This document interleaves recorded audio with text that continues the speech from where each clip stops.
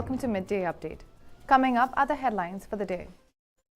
Indian rupee falls further against Omani Rial, reaches 207.96.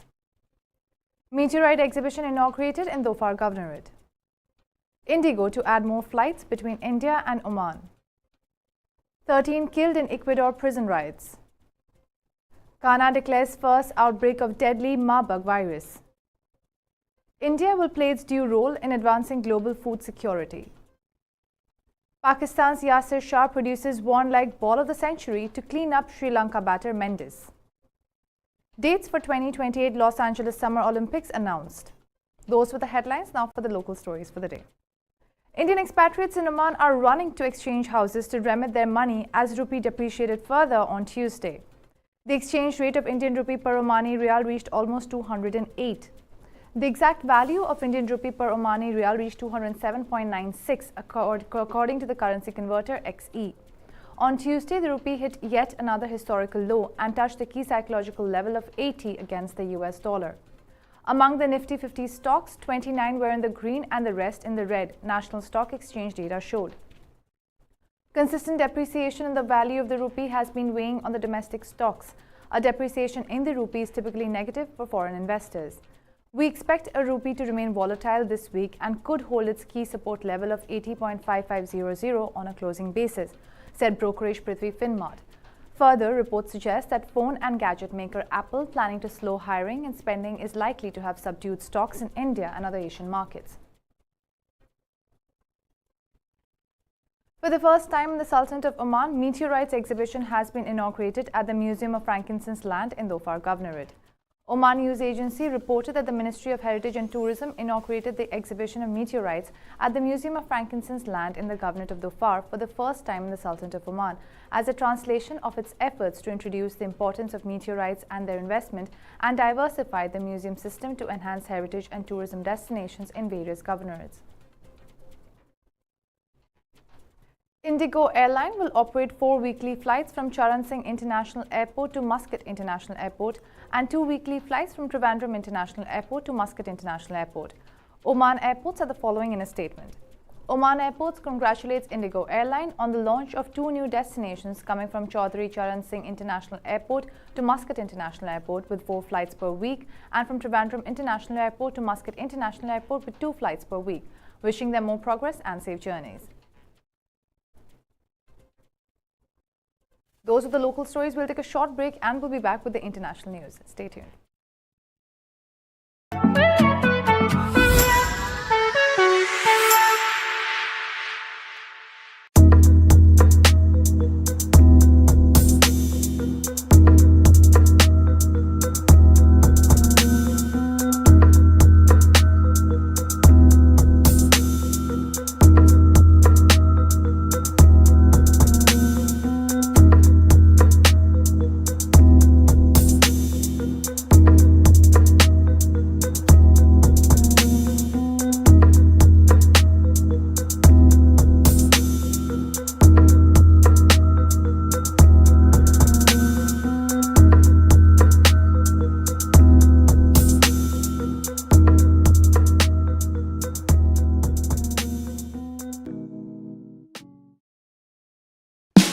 Oman's largest online supermarket now has no minimum order limit.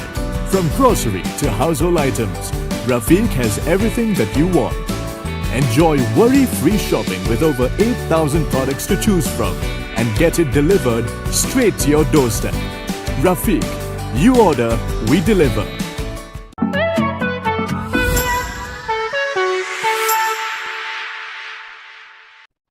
Welcome back to Midday Update. Now for the international stories. An incident of deadly violence in an Ecuadorian prison killed 13 prisoners on Monday, Ecuador's prison agency said. Unfortunately, Central Command reports 13 inmates dead and 2 injured, Ecuador's prison agency SNAI said on Twitter. The agency said that the country's police and armed forces were taking back control of the penitentiary. The incident took place at the same Bella Vista prison in the town of Santo Domingo de los Colorados, about 80 kilometers from Quito, where 44 inmates were killed in a bloody brawl in May. About 220 prisoners had escaped after the riot in May, but most of them have been recaptured. Prison riots are common in the Andean country, with President Guillermo Lasso attributing prison violence to fights between gangs over control of tertiary and drug trafficking routes. In the past year alone, 316 prisoners have lost their lives to prison violence across the country. Ghana confirmed its first 2 cases of the highly infectious Marburg virus disease, the World Health Organization said on a statement on Sunday. The announcement comes after 2 unrelated patients from the southern Ashanti region of Ghana, both of whom later died, tested positive for the virus, sources reported. The patients had shown symptoms including diarrhea, fever, nausea and vomiting, WHO said, adding that more than 90 contacts are now being monitored. Marburg virus disease is a highly virulent disease that causes hemorrhagic fever with a fatality ratio of up to 88%. It is in the same family as the virus that causes the Ebola virus disease, according to WHO. The virus is transmitted to humans from fruit bats and can then be spread from human to human through direct contact with bodily fluids of infected people or surfaces and materials contaminated with these fluids, WHO explained. The global health body said containment measures were being put in place and that more resources would be deployed in response to the outbreak in Ghana, resources reported.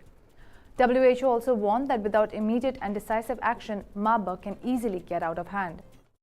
There are no approved vaccines or antiviral treatments for the Marburg virus. However, a patient's chances of survival can be improved with care, including oral or intravenous rehydration and treatment of specific symptoms, WHO said.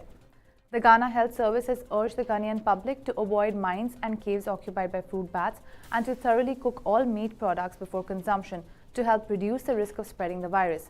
Fruit bats are natural hosts of the Marburg virus, the Health Service said. India will play its due role in advancing global food security, upholding equity, displaying compassion and promoting social justice, said First Secretary Sneha Dubey at the UN Security Council high-level special event on global food security crisis on Monday. Dubey said that New Delhi is running the world's largest food-based safety net program, which has seen a paradigm shift from welfare to a right-based approach.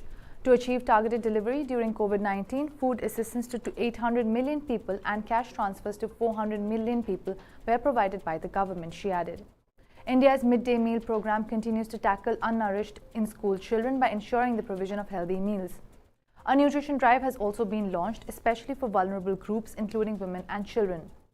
Our farm-to-table digital initiative, including farmers' portals, farm advisory services, online network of agricultural commodities, price prediction and use of blockchain technology for quality certification, First Secretary said in a statement. In view of the deteriorating humanitarian situation in Afghanistan, India is donating 50,000 metric tons of wheat to the people of Afghanistan. India has continued its humanitarian support for Myanmar, including a grant of 10,000 tons of rice and wheat. We are also assisting Sri Lanka, including with food assistance during these difficult times, to be noted. India has exported more than 250,000 tons of wheat to Yemen in the last 3 months. She also said that India remains strongly committed to the cause of global food security and also has contributed to UN's Central Emergency Response Fund and the UN OCHA in response to various humanitarian crises over the years. Our spearheading of the UN General Assembly resolution for declaring year 2023 as the International Year of Millets was aimed at addressing similar such food security challenges, she said.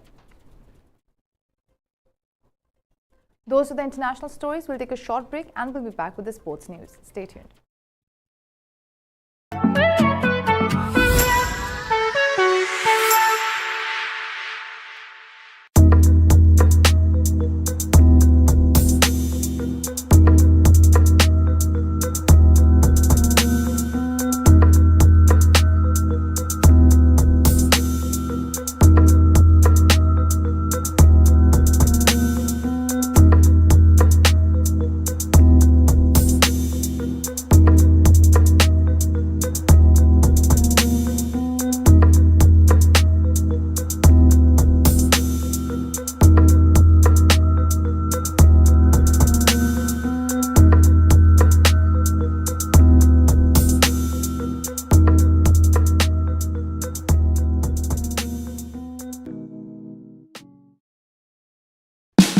Oman's largest online supermarket now has no minimum order limit.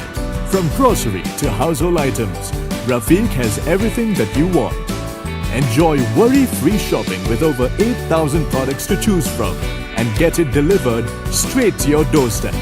Rafiq, You order, we deliver.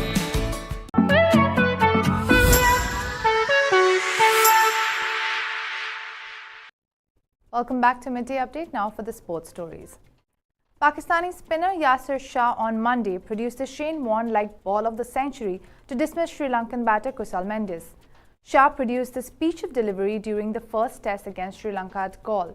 On day 3 of the test match during Sri Lanka's second innings in the 56th over, Shah delivered an absolutely unplayable delivery that pitched well outside leg stump and hit the top of the right-hand batter's off stump after spinning unbelievably.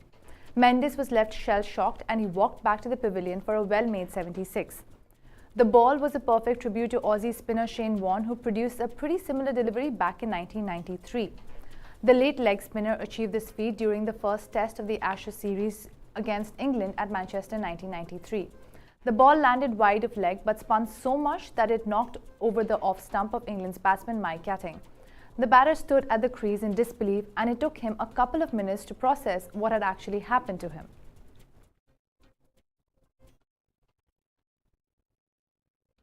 The opening ceremony of the Los Angeles 2028 Summer Olympic Games is set for July 14, 2028, with the Games running through July 30th, organizers of the 2028 Olympic and Paralympic events announced on Monday.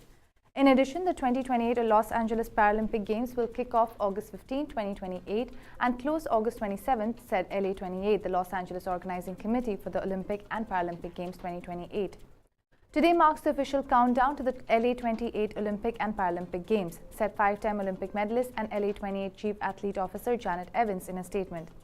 The LA28 Games will be unlike any other, showcasing the best of Southern California's exceptional stadiums and world-class culture to athletes and fans alike. This milestone makes the Games real for every athlete actively training for their LA28 dream and the fans who follow the journey, Evans added.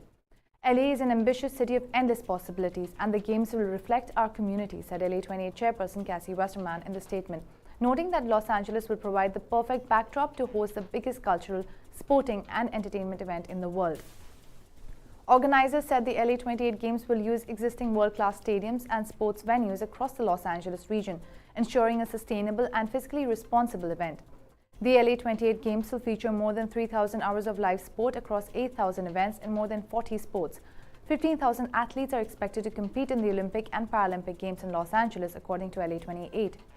The International Olympic Committee announced in Lima, Peru on September 13, 2017 that Paris will hold the 2024 Olympic Games and gave 2028 to Los Angeles.